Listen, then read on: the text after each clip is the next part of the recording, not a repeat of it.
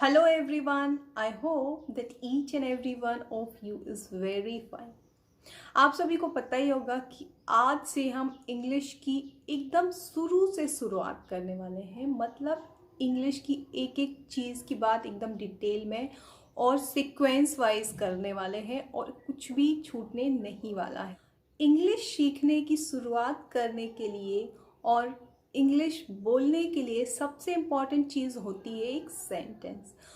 तो आज के लेसन में हम एक सेंटेंस में क्या क्या चीज़ें हो सकती हैं और किन किन चीज़ों से मिलकर एक सेंटेंस बनता है उनके बारे में बात करने वाले हैं।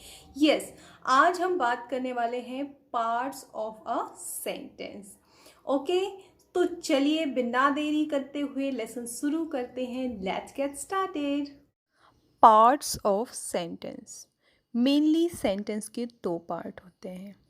एक होता है सब्जेक्ट और दूसरा होता है प्रेडिकेट। इसको हिंदी में हम विधेयक भी कहते हैं। देखते हैं सब्जेक्ट क्या होता है। सब्जेक्ट होता है डूअर, मतलब जो कोई काम करता है और जिसके बारे में कुछ कहा जाए। मतलब अगर वो कुछ काम नहीं भी कर रहा है लेकिन बात उसी के बारे में हो रही है, उसी के बारे में कुछ कहा जा रहा है, तो वह भी क्या होता है, सब्जेक्ट होता है, that we are talking. Okay, देखते हैं एग्जाम्पल। He is fat. यहाँ पे किसके बारे में बात हो रही है, ही के बारे में, कि वह क्या है, मोटा है। मतलब वह तो कुछ काम कर नहीं रहा है यहाँ पे सिर्फ, लेकिन उसके बारे में बात हो रही है। दूसरा एग्जाम्पल देखते हैं। She is reading a book. अब यहाँ पे शी क्या कर रही है, काम कर रही है। क्या काम कर रही है, बुक को रीड कर रही है।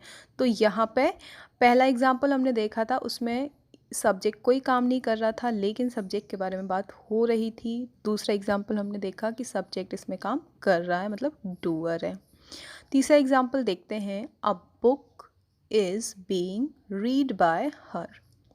यहाँ पे सब्जेक्ट क्या है, अ बुक। ओके, तो ये ऐसा ज़रूरी नहीं है कि सब्जेक्ट सिर्फ स्टार्टिंग में आए। सब्जेक्ट कहीं भी आ सकता है। बहुत सारे लोगों को गलतफहमी होती है कि सब्जेक्ट सिर्फ स्टार्टिंग में ही आता है। हम देखते हैं दूसरा example. Here comes the king. अब यहाँ पे सब्जेक्ट क्या है, द किंग। कहाँ आया, एंडिंग में। तो ऐसा ज़रूरी नहीं है कि सब्जेक्ट स्टार्टिंग में ही आए। अब हम देखते हैं पार्ट्स ऑफ सब्जेक्ट। सब्जेक्ट के कितने पार्ट्स होते हैं। एक होता है क्वालिफायर और दूसरा होता है हेड वर्ड। कभी कभी हम इस तरीके के सेंटेंस बोलते हैं, my father is a teacher.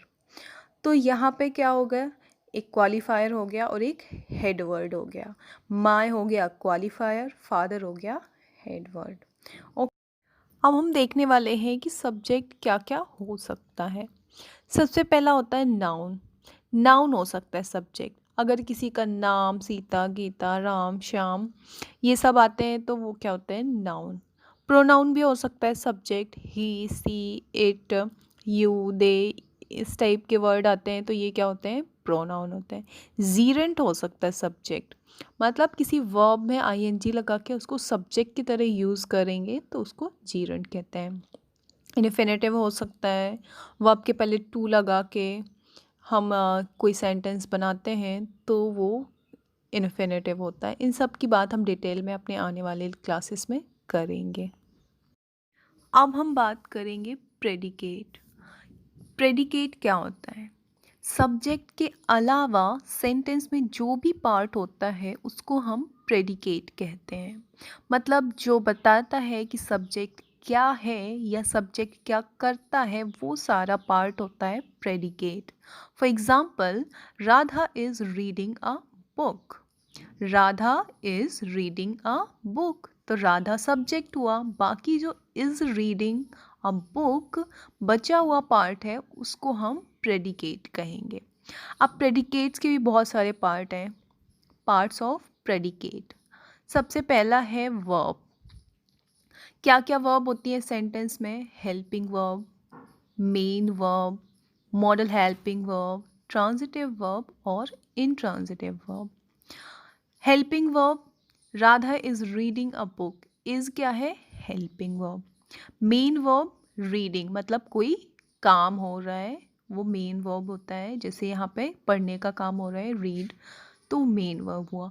Model helping verb क्या होते हैं? जैसे हम अगर बोलें Radha can read a book, Radha book पढ़ सकती है, तो कैन यहाँ पे मॉडल हेल्पिंग वर्ब है। ओके, दूसरा पार्ट क्या होता है सेंटेंस का या प्रेडिकेट का? ऑब्जेक्ट। ऑब्जेक्ट में भी एक डायरेक्ट ऑब्जेक्ट होता है, एक इनडायरेक्ट ऑब्जेक्ट होता है और एक प्रोपोजिशनल ऑब्जेक्ट होता है। डायरेक्ट ऑब्जेक्ट क्या होता है? जैसे कि एक sentence, she went market with me, मतलब जिस पे डायरेक्ट इफेक्ट पड़े। डायरेक्ट इफेक्ट किस पे पड़ रहा है? मार्केट पे। तो डायरेक्ट ऑब्जेक्ट क्या होगा यहाँ पे? मार्केट। और इनडायरेक्ट ऑब्जेक्ट क्या होगा? मी, राइट। प्रीपोजिशनल ऑब्जेक्ट क्या होता है? I am waiting for you, I am waiting for you. For you के पहले, ऑब्जेक्ट के पहले क्या आया? प्रीपोजिशन आया, तो इसको हम कहते हैं प्रीपोजिशनल ऑब्जेक्ट। अगला पार्ट है प्रेडिकेट का कॉम्प्लीमेंट। कॉम्प्लीमेंट क्या होता है?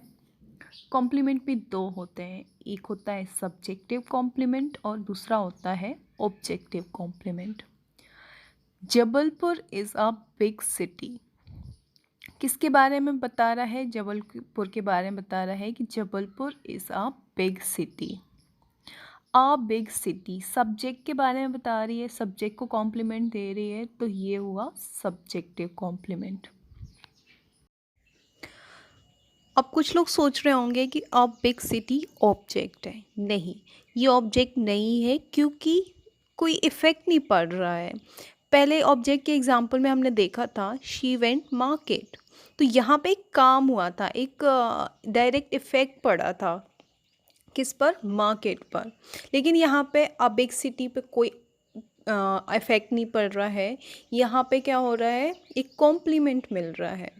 तो यहाँ पे अ बिग सिटी क्या होगा? एक सब्जेक्टिव कॉम्प्लीमेंट होगा क्योंकि ये सब्जेक्ट के बारे में बता रहा है, राइट। अब हम एग्जाम्पल देखते हैं ऑब्जेक्टिव कॉम्प्लीमेंट का। He throw the stone hard on her. Hard यहाँ पे किसके बारे में बता रहा है? स्टोन के बारे में, मतलब किसको कॉम्प्लीमेंट दे रहा है? स्टोन को। ऑब्जेक्ट क्या है यहाँ पे? स्टोन है, तो ये क्या हुआ? Objective complement. आई होप कि आपको क्लियर हो गया होगा। चलिए, तो लेसन तो समझ में आ ही गया होगा। अगर नहीं आया है तो आप मुझे कमेंट सेक्शन में बता सकते हैं। तो चलिए, वीडियो को जल्दी से लाइक कर दीजिए और सब्सक्राइब नहीं किया है तो फटाफट सब्सक्राइब कर दीजिए। फिर मिलते हैं नेक्स्ट लेसन में, तब तक के लिए बाय बाय।